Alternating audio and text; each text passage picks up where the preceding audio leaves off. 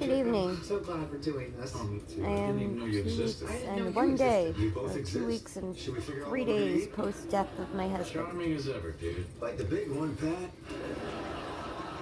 What fun. Since he always wanted to create a YouTube channel, I'm getting a Listen, picture of the two of you growing up life, together. happiness. Roughhousing out at the lake. I don't know, was there a lake? There was an ocean. I started In fact, doing it. Adam taught me to surf. Man, you I sure want ran to try to with that reach one. people What does that mean? and I'm help a company that people. makes surfboards. Wow, didn't waste any time squeezing that one into the conversation.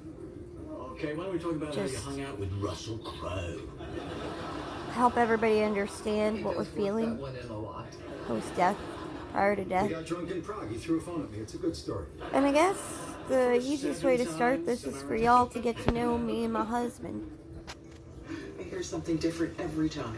My husband, Eric Strumer, Okay, 2 beers and Had 1 tap water. a with disease splash called sit. cystic fibrosis. For those of you that don't know what it is, it's a genetic illness that attracts your lungs and your digestive system. You are born with it. Most of CF patients are diagnosed at birth.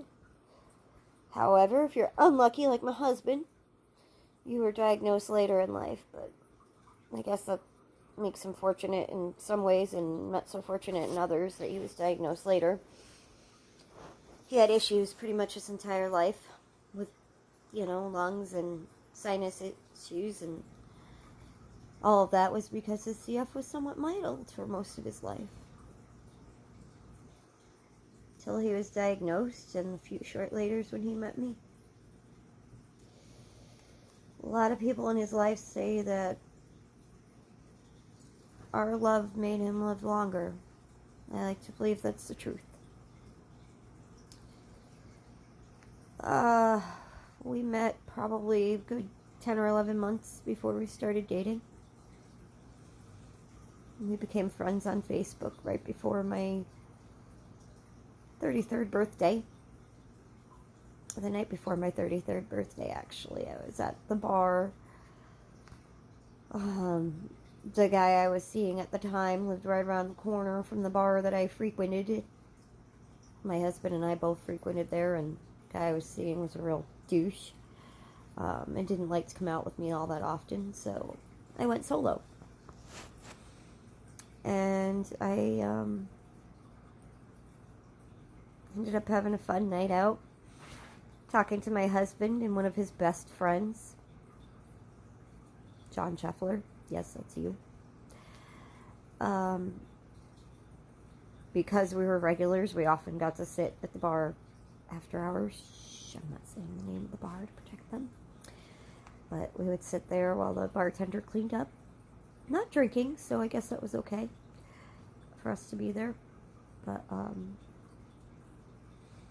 just shooting the shit, bullshitting around. Only for like another 45 minutes or so. We'd leave, sometimes with the bartender, sometimes we'd leave before she did, but that night I stayed and chatted with my husband and John, and got to know him a little bit better. His nickname was Scro. That's a story for another video. So then, I continued to date the asshole I was with. But I would frequent the bar, chat with my husband on occasion. And let's see, this was 2013. And the asshole I was with at the time cheated on me. Moved to Long Island to not be with the girl he cheated on me with. He married her and they are divorced today. And I got his dog. She's sleeping on my couch. See? PETA! If you could see her. There she is. She's looking. I'm trying to. I don't know if I can get her. PETA! There you go. Say hi. Say hi, YouTube. Alright. Anyway, that's Princess. Well, her name is Princess, but when I moved in with my husband, he nicknamed her. Again, another story. For later. Because I got a lot of them. So hopefully you'll all find them helpful and entertaining in some ways and helpful in others if you can find help out of them. If you've lost a spouse, you know how difficult this is. So that man cheated on me. And at the time, I thought it was the hardest thing I ever had to go through. Probably was back then. I went through counseling for a few months. And then I went to the bar's Halloween party. Yay. I was dressed as a Dalek from Doctor Who. And I wasn't feeling being there, but it didn't matter. I was leaving probably a little around midnight when my husband walked in, wearing an AC/DC t-shirt and an arc reactor. He was Iron Man. Well, no, he wasn't Iron Man. He was Tony Stark.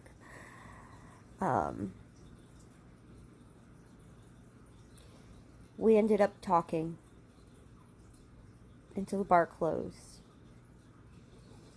And then we sat in his car, his Jeep, until about 4 o'clock in the morning. Just talked. Perfect gentleman. And I was cold. Didn't wear a jacket that night, so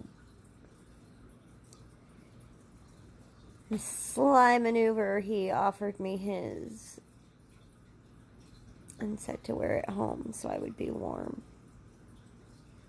And I did. I wore that coat home, and he had a feeling I would be in touch with him to return it. I was in touch with him alright, but never got it back. That night I asked him why he was on oxygen, and he told me, because I have cystic fibrosis.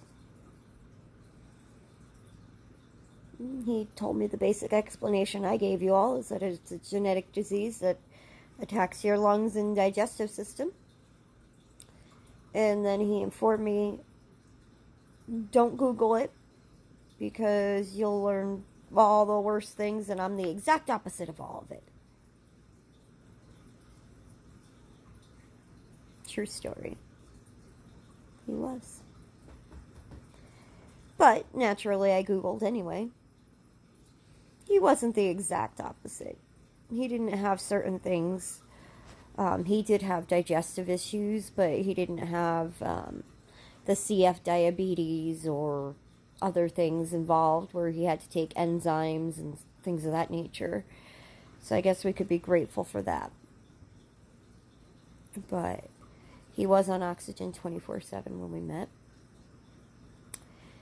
And I continued to talk to him after that. We talked via Facebook Messenger after I got home that night. Oh, probably until about 6 o'clock in the morning. I was working 3 jobs to make ends meet in my little apartment where my rent was only $10.75 a month, but, you know, the douche from hell put me in debt because I had doormat all over my face. By the end of our Facebook conversation, we exchanged phone numbers. And I took my time thinking about, do I want to get involved with this man? Because, you know, his CF may not have been a typical CF scenario by all means.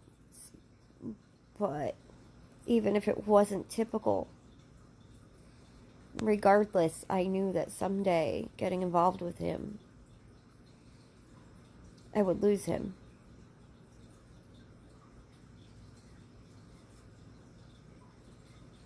But my heart was telling me that it would be worth it. And so why continue to pursue conversation with him? I don't think he would have chased me. He said when he met me, he had given up on love. He'd been engaged a couple times. He was like me. All around nice guy, but an asshole at the same time. He called himself the nice asshole and the creepy hero. Just a pale ass motherfucker. He was not a sunlight guy. He was like a vampire. He stayed up all night, slept all day. But it doesn't matter. I pursued the relationship. We were the Halloween party was on the 26th of October. November 5th, we became an official us on Facebook of 2013. I lived in a little town called Branford, Connecticut, where I had pretty much grown up. Moved there when I was 8 years old. And my first apartment was there. My second apartment was there. Never lived on my own before. I always had a room. I always had a significant other that I lived with in both places. And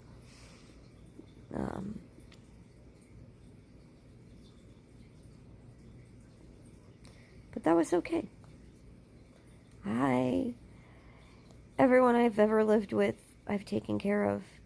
It's just who I am. Taking care of them was more important. I'd fall in love. I always wanted somebody to take care of me.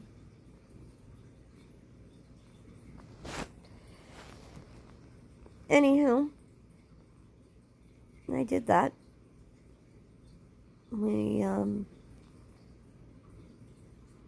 After the douche nozzle moved out and went to Long Island, and then I spent time getting over him and then falling in love with my husband. I had my brother living with me for a while, which I'll save that story for another day, maybe. But my 1-year lease on my apartment was expiring, and my brother decided to be my brother.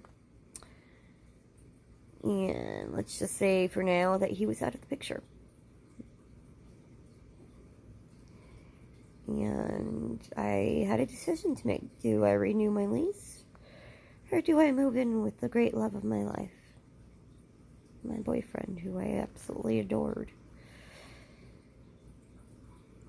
Now, I had 2 cats at the time, and my dog, Princess, and they all met him at the house he lived in Bridgeport, which is a good half-hour away from Branford.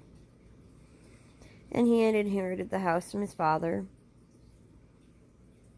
So, naturally, it made sense for me to move in with him because there was no mortgage, right? So I moved in with him. Of course, within a week after me moving in. Actually, no. Yeah, about a week after I moved in with him, we found out that there were back taxes owed on the house, and the lawyer had never put in the house in his name, and therefore, because of it not being in his name, they couldn't give him any kind of credits on the taxes for his disability. Had the lawyer gotten it in his name right away, we still would have lived there. Would have not been the best of things for us, that house. As much as he loved it, he called it the creepy castle, and let me just tell you, this house is 2,300 square feet of a creepy castle in the ghetto of Bridgeport. Great house. 75 years worth of family junk and dust. I did my best to get it livable while I was there, which was very hard to do, but I threw out so much trash. Not junk, but trash. Empty recyclable bottles, empty cat litter pails from previous cats, you know. I don't know how he did that, but he managed on his own.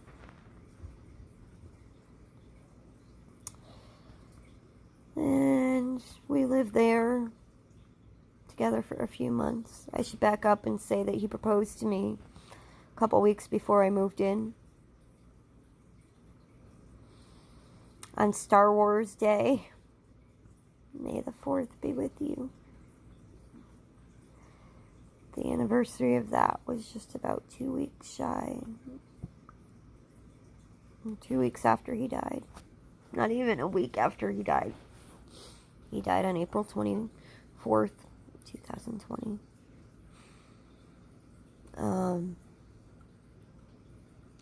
But now we're up to 2014 in May, when I moved in.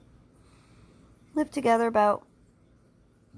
for a few months. Found out we were losing the castle, so while I was packing up and trying to find us a place to live, we thought we only had like a week there left. We moved him into his mother's house, Milford. House on the river. And I stayed in Bridgeport alone. White girl in the ghetto. Well, let me just tell you, I did fine. I ended up there for about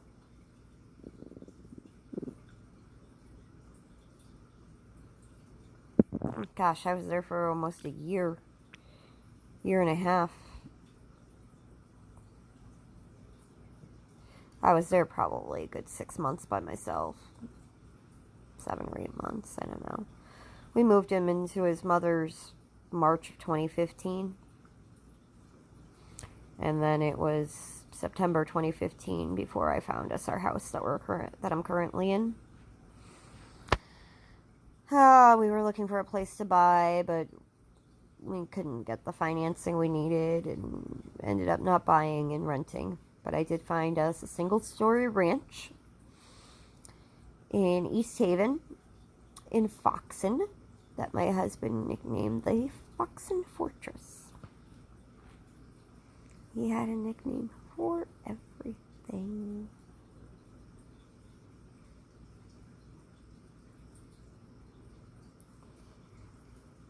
And we moved in, we rented until 2019, when we decided that because our landlord was a construction company and they have a option where you can do a mortgage directly through them, we decided that we were going to buy the house.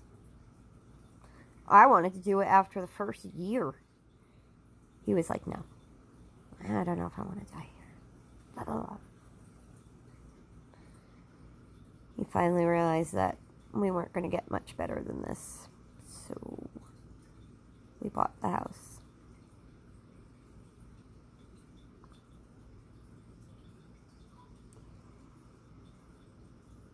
But in the meantime, after 2015 rolls around,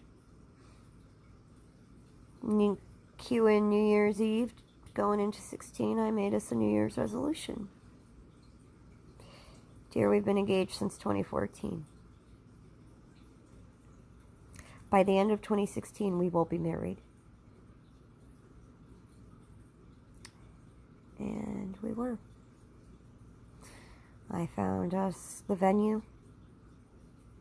It's the perfect venue because he called us the king and queen. I was his queen. Well, first I was his princess, and then I was his queen to be, and then I was the queen. And he was my king.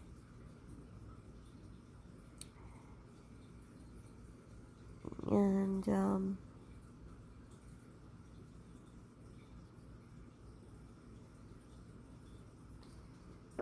we were married at Bill Miller's castle.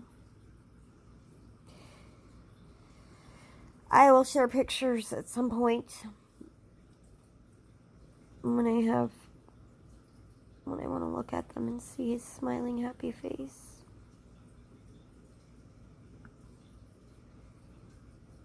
The best day of our life. He was so happy to marry me. I was so happy to marry him. He was my forever, even though he wasn't meant to be forever. He's always going to be my forever, regardless of any of him not being here.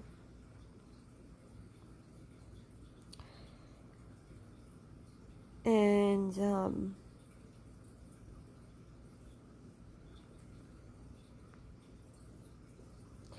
yes, Bill Miller's castle. Wonderful place. I highly recommend.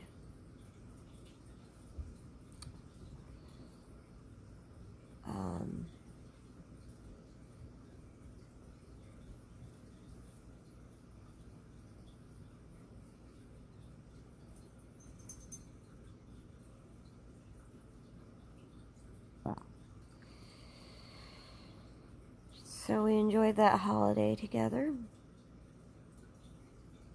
Somewhere at the beginning, a few months before we got married, my mother was diagnosed with lung cancer.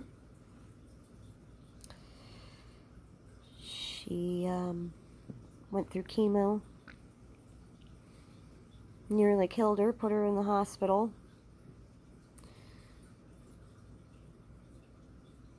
She was just happy her hair hadn't fallen out before my wedding, and she went to my wedding. It was a great day. I thought I was going to lose my mother before I lost my husband. Didn't happen though, so thank God for that. Small favors, right? Anyway, back to my story here, our love story. This is the short version. If you ever seen the movie Spaceballs, there's a reference to that. We were going to do the short version at our wedding for our vows, if he couldn't get through it. But either way, our vows, we just did traditional, but our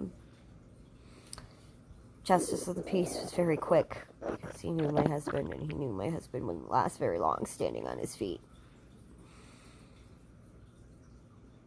But the whole with this ring I thee wed, it was just everything I wanted.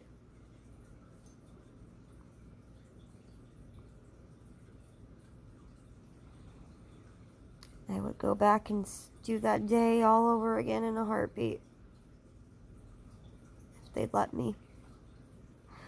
If anyone invents time travel, or can do a spell or something to send me back in time, keep this girl in mind, because all I want to do is go back in time and be with my husband. And then do it again. Just stay with him forever. Of course, knowing what I know now, I'd probably smother the hell out of him, but didn't nag him more about his meds and treatments and make sure that he was doing what he was supposed to be doing better than I did. Although I did nag him a lot, but probably wasn't enough as he should have.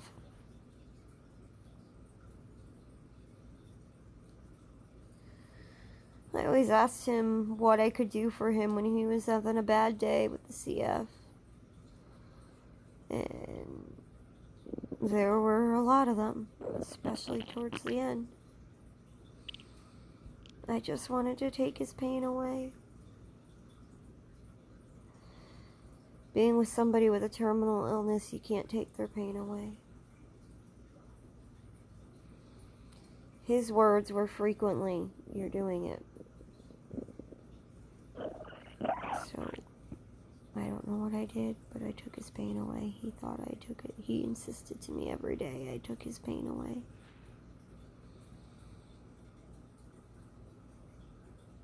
Maybe it's just because I made him happy. I don't know. I just hope he knew how happy he made me. I always told him I loved him before I left the house. I think I forgot once in our entire time together, and he sent me a text, "You forgot something."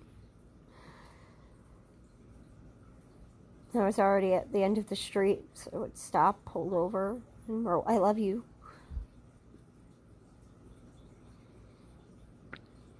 But never not told him I loved him. Every day.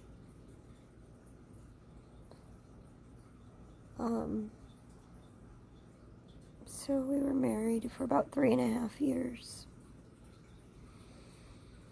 In 2018, he spent 73 consecutive days in the hospital. Well, about 59 days at the hospital and 14 days in a rehab hospital. They were not a rehab facility, they were an actual hospital, which is why he could not stay longer than he did. They were supposed to help rehabilitate him so that he was able to get up and at least walk around the house. By the time he was actually able to be rehabilitated and start walking around, even think about walking around the room. Oh, well, you are medically well enough that you should go home. We don't have any medical reason to keep you, and because we are a hospital, not a rehab facility, then you have to go home. We would have sent him to another rehab facility if we known that was going to happen, because he should have been there longer than he was. And they booted him out. So, if you ever have somebody that is sick like that and has to spend a very lengthy period of time in the hospital, and they are recommending that before he goes home, he goes to a rehab facility, make sure it's a rehab facility and not a rehab hospital. Big difference. Because they won't get them back on their feet before they're ready to come home. Medically, he was ready to come home. Physically, he was not. And I still think if they gotten him back on his feet again, he might have lived a little bit longer. But we'll never know. After that, he came home and they sent a physical therapist to the house 3 times. 3 times. That's all the insurance, Medicare they said he was fine. He wasn't fine. Other than those 3 times, he stayed on the couch. Couldn't get up. I tried to push him, but I'm not a physical therapist. I'm not a specialty in any way, shape, or form. Something else I should have fought for while he was alive, but I didn't. I just took care of him while he was on the couch.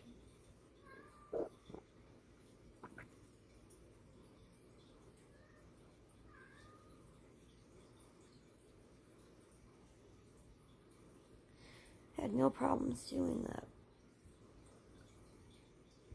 Christmases and birthdays came between 2018 and 2019.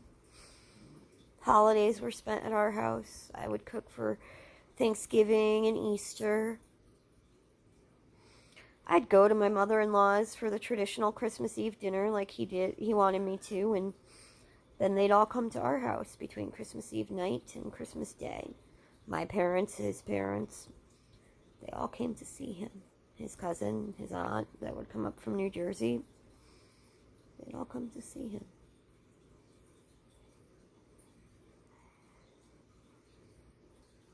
And he went into the hospital once or twice a year for what they call a CF tune-up. He'd be in for 2 to 3 weeks. Other than that 73-day stretch, it broke his longest record. Oddly enough, his longest record was before he was diagnosed with CF. He was in for 42 days with a collapsed lung. Sinus surgeries.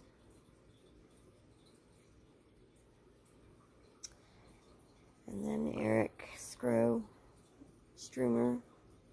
also known as the King, Scro, creepy hero, however any of you knew him. Hopefully I didn't miss a nickname.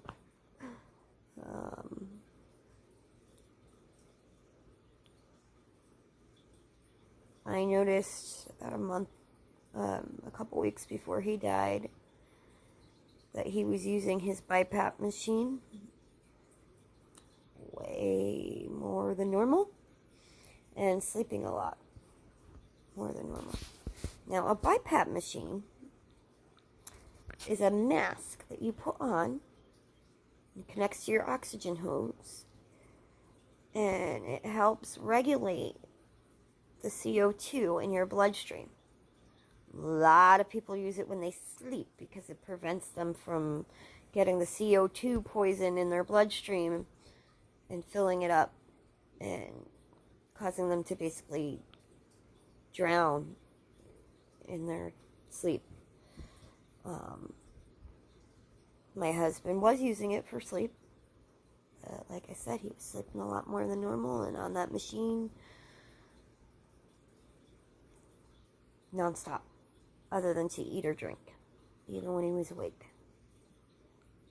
I knew something was wrong. So I reached out to the CF team because I thought he should be in the hospital. But given COVID, I didn't know if I should risk it. CF doctor agreed with me. Let's start him on a round of antibiotics at home. And we had a CF virtual clinic appointment set up for 2 weeks from then. And we'll follow up.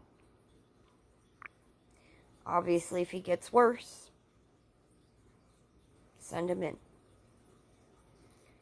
So, in addition to his regular antibiotics, we started him on Augmentin, which apparently causes kidney issues too, because in the 73-day stretch in the hospital, part of that was within the first 4 days he was there, he had kidney failure, which they said could have been the antibiotics they were giving him, which he'd been on before. Or it could be a leave. Or a combination of the two. So we stopped taking the leave. And they took him off of those antibiotics and found a different one for him while he was in the hospital. And he did dialysis every other day for 4 hours. This was the 73-day stretch in the hospital. Within a week and a half, his kidneys were back to normal. Thank goodness for that. And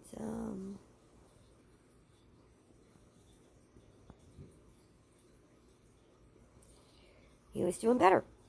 Now it's been a week and a half. Okay, so your 2 to 3 week trip in the hospital is now delayed due to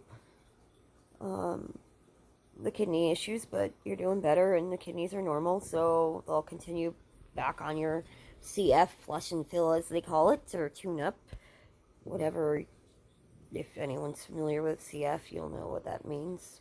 Watch the movie 6 Feet Apart, you'll kind of get it after that, if you don't. And then during this trip, so it was probably about 4 or 5 days after he stopped the dialysis.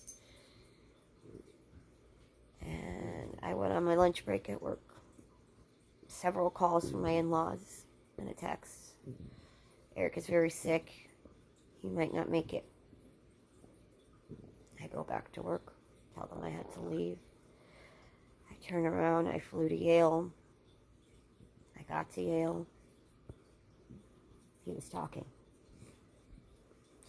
Anyone who knows him knows that he could talk. I talk a lot too, so the two of us together, forget it. You can't get a word in edgewise. I'm just gonna get a sip of something to drink because I'm thirsty.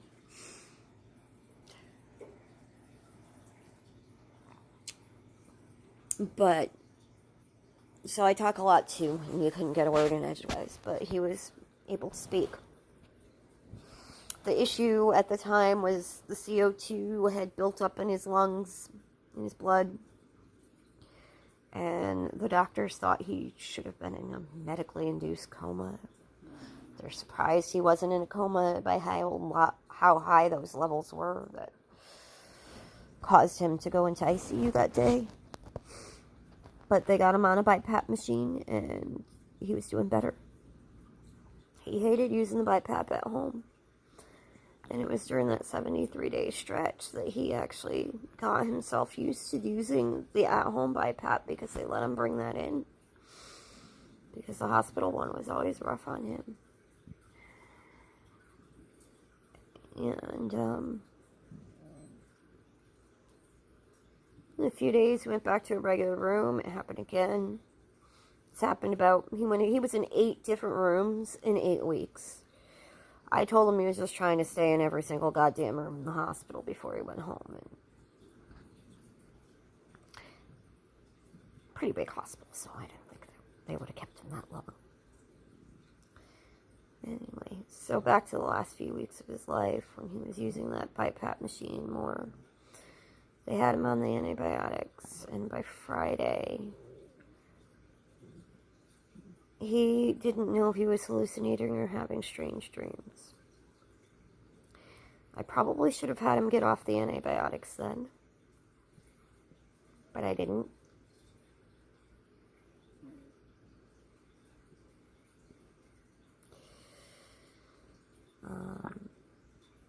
And this is the Friday after he was on the new antibiotics at home.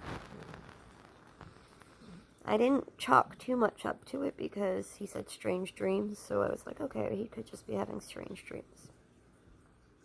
And like every other hospital stay, the at-home care, it was the same. He does better for the first couple days, and then it goes downhill. And then he's better enough to come home. So, after the first couple days on the antibiotics, he was up, he was talking, he was doing better. And then he started to get worse again. So I still didn't think, oh, let's call the hospital.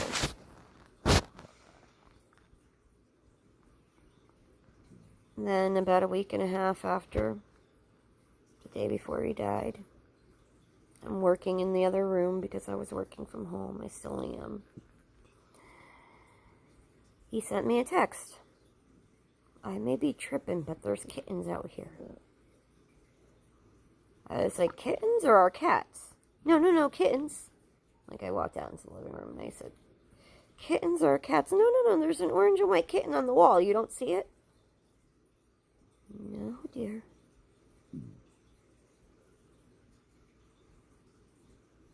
So something was very, very wrong. I called the CF clinic. He said, okay, we'll call you back. In the meantime, if he gets worse, have him brought in.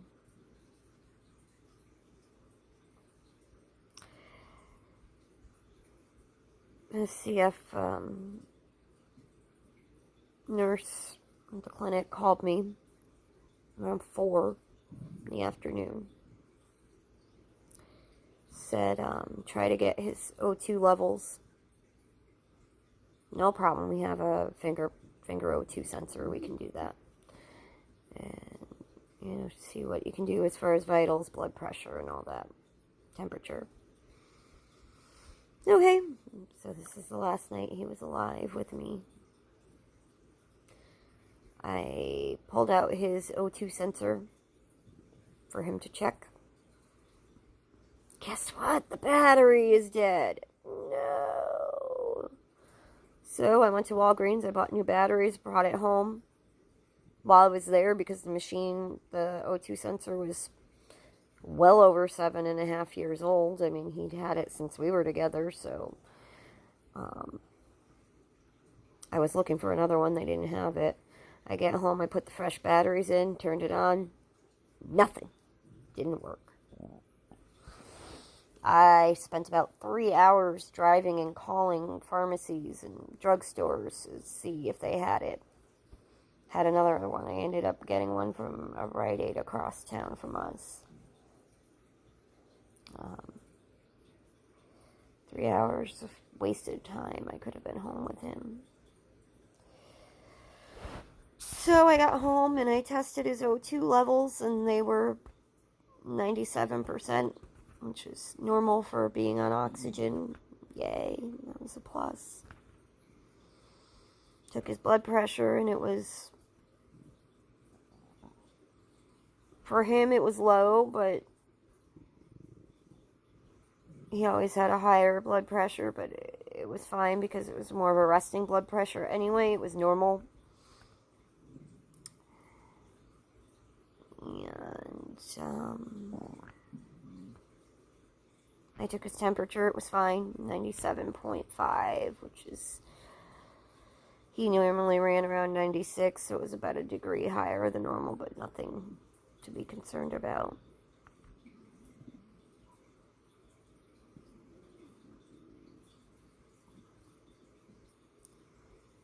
And I made him eat.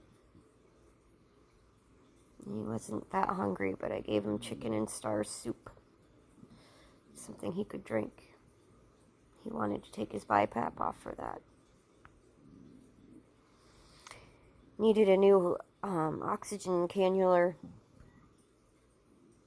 He said, okay, we can do that. I grabbed him one of the backup hoses, still brand spanking new in the package. Dear, there's bugs in there. No, there's not, honey. It's brand spanking new. Oh, okay. He was very confused.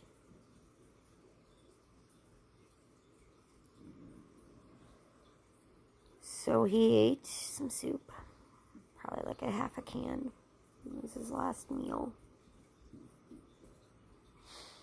I tried to get him to drink as much as he could. I made him drink water, and I don't know if I made him drink enough. Questioning those last 24 hours.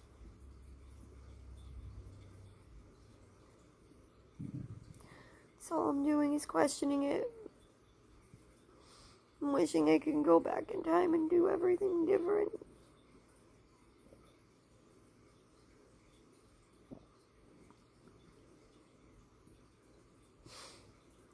Everything different. Anything I could have done to save him. I wanted to save him. Friday, I talked to the CF clinic. And I said, I don't think he's getting any better. If I have him brought in, can we do dialysis? Try to get his kidneys back on, because I definitely think it's his kidneys. I got him to go to the bathroom. First time I'd seen him go to the bathroom since Thursday afternoon. And, this was Friday morning. It was literally 4 ounces of urine. It's not a lot, by the way. If you have one of those little plastic urinal bins filled about... Let's get my fingers on the camera. Why are my fingers not? Oh, that much. I don't know if you can see. There we go. Filled about that much. I knew it was wrong, and I knew something was wrong. And the ZF team said that we could get him in and see if he was strong enough to do dialysis and get his kidneys back to normal. Should probably save him. Or we could start end-of-life hospice care. I didn't know what to do. I was torn. Because if I sent him to the hospital, I couldn't go. I couldn't be there to hold his hand. And I didn't know if that was me being selfish. I took the whole day to decide, and I finally said, you know what? If they can save you rather than starting end-of-life care at home, I need to send you to the hospital. Now, at some point in the morning, my mother-in-law came over and we talked to him, and he said he would prefer not to go, but understood why I would be sending him. And I'm regretting that choice, because I would have had him with me until the end. I would have gotten my goodbye. And I didn't. Hold on, I gotta charge my phone. I didn't get that. He didn't hold on until I was able to go there. And, I called the ambulance. I packed his bag like he was going for a couple weeks. I went through his list in his phone. This is my hospital stuff. He had a list that he kept to make things easier on me if I had to pack him. I sent his things in the ambulance. They said I couldn't go. I wanted to. I wanted to go with him so bad. I tried kissing him goodbye when they were getting him on the stretcher. And the EMT said, "Ma'am, I need you to move." It's the last kiss I gave him, and I'm glad I got to do that at least.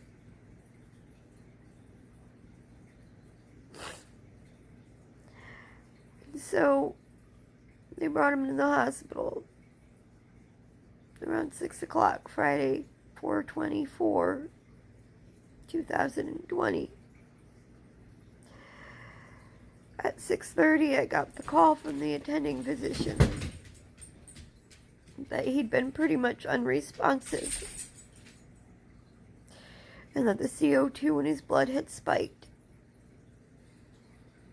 And my first question was, did you put him on his BiPAP machine? He's been on it non-stop. He hasn't been on it now for 45 minutes. Of course the CO2 levels in his blood is going to be spiked. You need to get him on that machine. Okay, we'll work on that. That's what they told me. They would work on that. And I said, do it. Please. And they said he had hours to days. Well, that's what the ICU doctor said when he went into ICU the last time his CO2 levels spiked that high. So I was just, I'm going to wait until I talk to a CF team until they've assessed him and see if they can get him back up and on his feet like the CF docs did so well.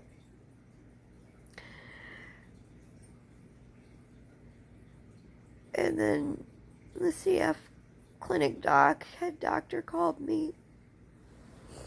He wasn't there. He was video conferencing pretty much with the doctors at Yale, so he wasn't actually there to listen to his lungs, but he was in agreement with the attending physician, which he said, at that point, this is now 45 minutes in, he still wasn't on his fucking BiPAP machine. Hour and 45 minutes. He still wasn't on his BiPAP machine. And I said, why? Well, part of the reason is with a BiPAP machine, just like a ventilator, it's a mask and they blow out and that sprays germs into the air. I don't know why the attending doctor couldn't have told me this, but because of COVID, they couldn't put him on the machine. And I think it would have saved him. I know it would have. When you've been using a machine to help keep the CO2 out of your bloodstream pretty much 24/7 other than to eat and drink for a month, and they take you off of it for 2 hours, what the fuck do you think is gonna happen? The CO2 is gonna build up in your bloodstream and you are going to die. So the CF doctor said, we'll get him on the BiPAP as soon as the COVID results come back negative, and then once they come back, we'll get him on the BiPAP. If he's still unresponsive within 45 minutes after that, You have two choices. We could try invasive catheters for his kidneys. The doctor honestly didn't think he was strong enough to do the catheters. I don't know if he was or not, because they said if he was still on, or we could make him comfortable. And we'll call his palliative care doc and get him some pain medication. And I didn't know what he would have wanted. I know we had a DNR.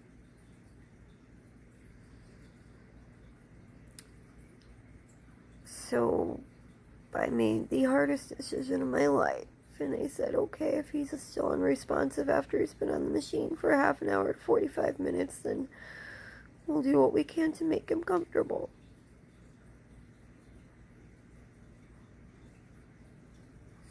His blood pressure was low. The creatinine levels in his blood was high, which is basically your kidney function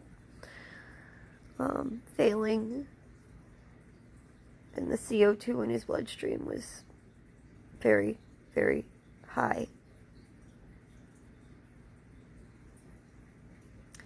His body was just shutting down.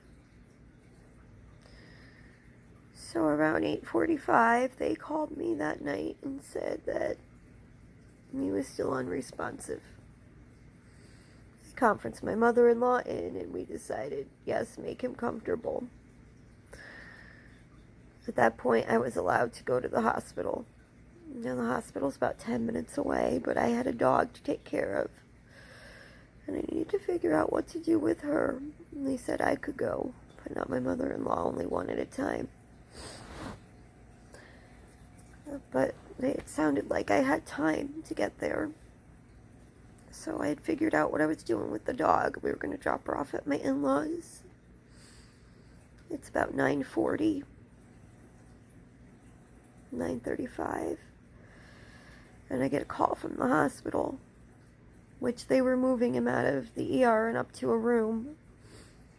So I figured, that's the call. He's in the room. Just tell me where to go.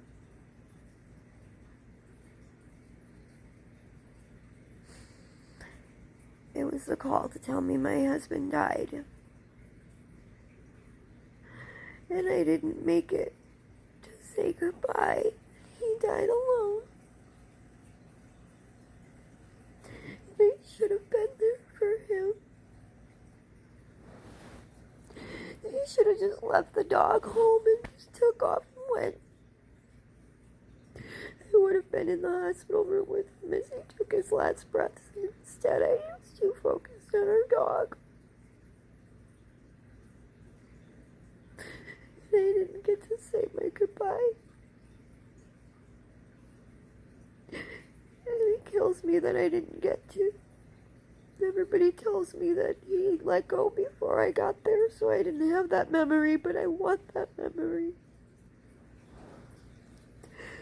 I wanted to hold his hand, and I wanted to yell at him to fight to come back to me. Because he always did.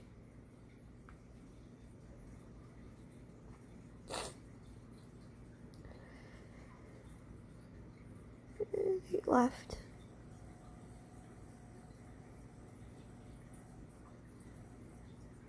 Me alone, grieving and hurting. And making this video.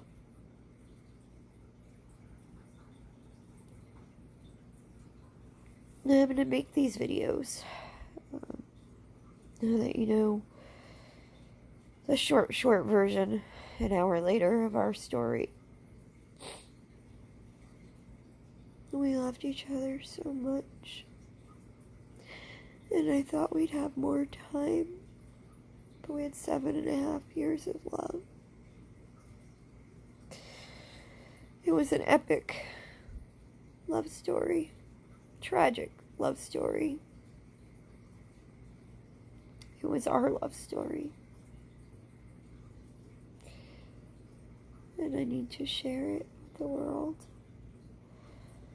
And I'm going to share my steps in healing. And I wanted to start by doing a video.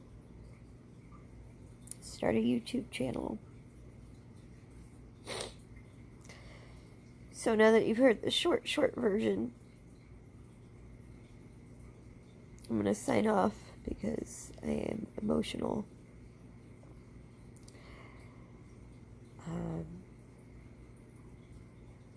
The next chapter I post or video I decide to post on this, I'm going to talk more about our love story and go into more detail.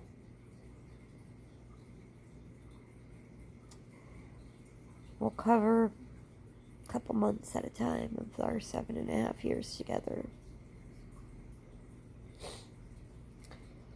And continue to talk about him. And then, after I get the full detail out, I don't know how many videos that'll be,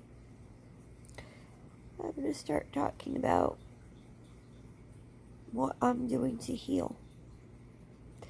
Hopefully during my time of telling you all our story and the several different phases of our love story, I will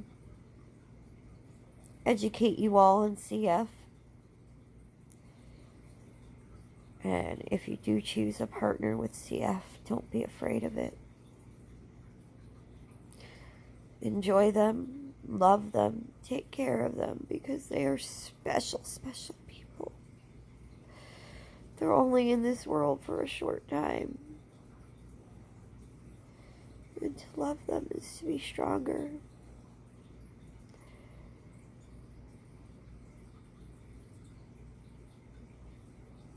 Okay.